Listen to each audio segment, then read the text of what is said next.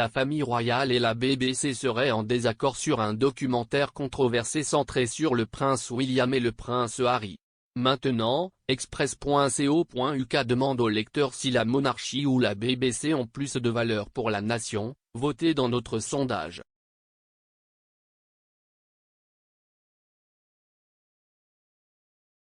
Buckingham Palace, Kensington Palace et Clarence House ont pris la rare mesure de publier une déclaration conjointe en réponse au documentaire de la BBC The Prince and the Press, diffusé lundi.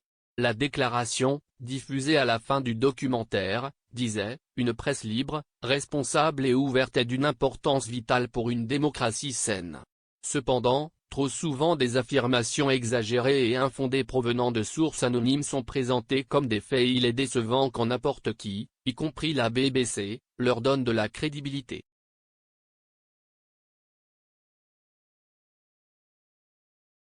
Selon le Mail on Sunday, le palais avait menacé de cesser de coopérer avec la BBC dans de futurs projets si un droit de réponse n'était pas accordé.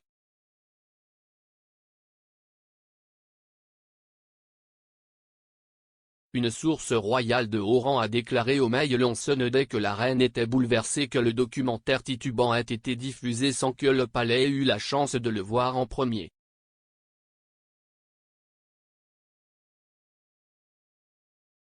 Le programme décrivait la poursuite sans fin de la vie privée des princes par la presse, tout en explorant les scandales royaux du passé.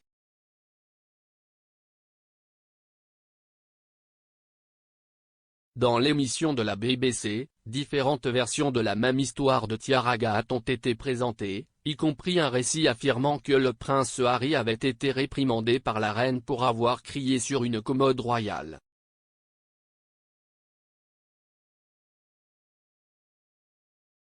Des révélations plus sérieuses ont été découvertes dans le programme, alors que l'enquêteur privé Gavin Burrows a affirmé qu'il avait ciblé l'ex-petite amie du duc de Sussex, Chelsea Davy, pour surveillance lorsqu'ils sortaient ensemble.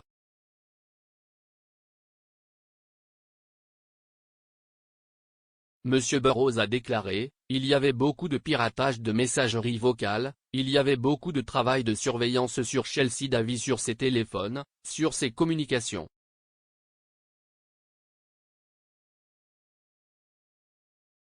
Le présentateur, Amol Rajan, a poussé Monsieur Burrows, « Alors sa vie est devenue un objet d'obsession pour vous aussi ? »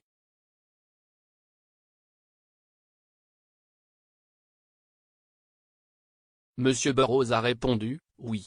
Dossiers médicaux, si elle avait eu un avortement, des maladies sexuelles, des ex-petits amis, les examiner, les vérifier, l'éducation. »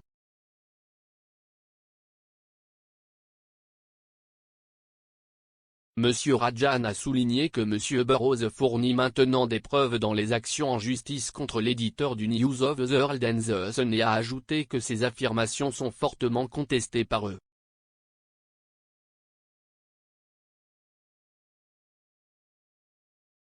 Cela survient après que le prince William a attaqué la BBC plus tôt cette année pour ses échecs entourant l'interview de Martin Bashir sur Panorama en 1995 avec sa mère, la princesse Diana.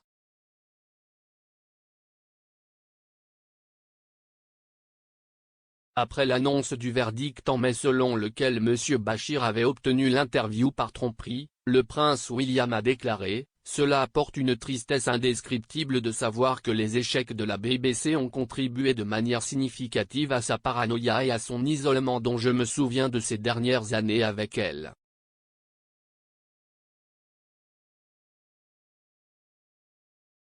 La famille royale travaille en étroite collaboration avec le présentateur depuis la diffusion du couronnement de la reine en 1953.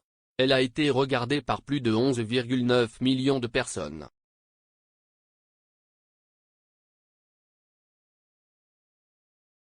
Au Royaume-Uni, la BBC reste la marque d'information la plus fiable selon le Digital News Report, avec 62% des personnes qui la classent entre 6 et 10 sur une échelle de 10 points.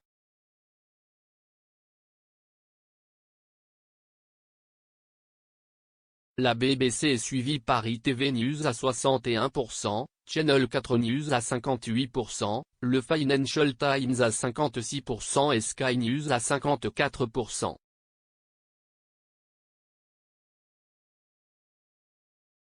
Le BBC World Service atteint une audience hebdomadaire stupéfiante d'environ 279 millions de personnes dans le monde.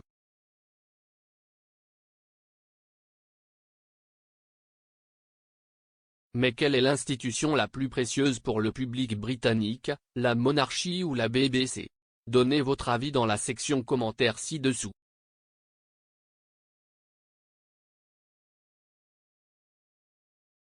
Les plateformes numériques de la BBC sont le moyen le plus populaire d'accéder à BBC News, dépassant la télévision et la radio syndiquée, mais les critiques ont remis en question la capacité de l'entreprise à rester pertinente.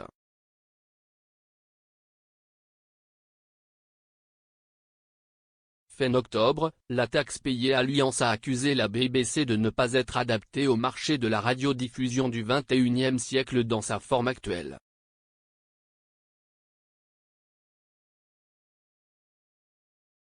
Dans un communiqué, ils ont déclaré « Une BBC plus petite financée par l'État, produisant des productions axées sur la haute culture et les nouvelles sérieuses, plaît à beaucoup.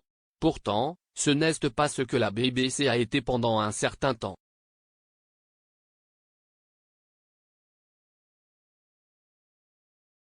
L'argent des frais de licence est utilisé pour permettre à la BBC de rivaliser sur le marché commercial, d'éliminer les médias locaux via ses stations régionales et de chasser un public de jeunes qui se détournent rapidement des radiodiffuseurs de services publics traditionnels pour des services tels que Netflix, Amazon et YouTube.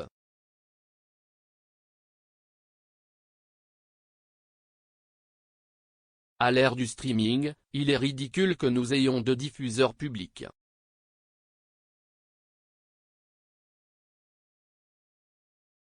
La chancelière devrait utiliser le prochain budget pour libérer ces géants des médias du contribuable et les laisser voler de leurs propres ailes.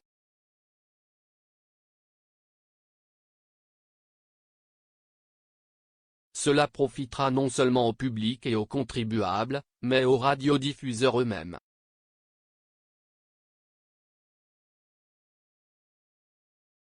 Êtes-vous d'accord? Faites-le nous savoir.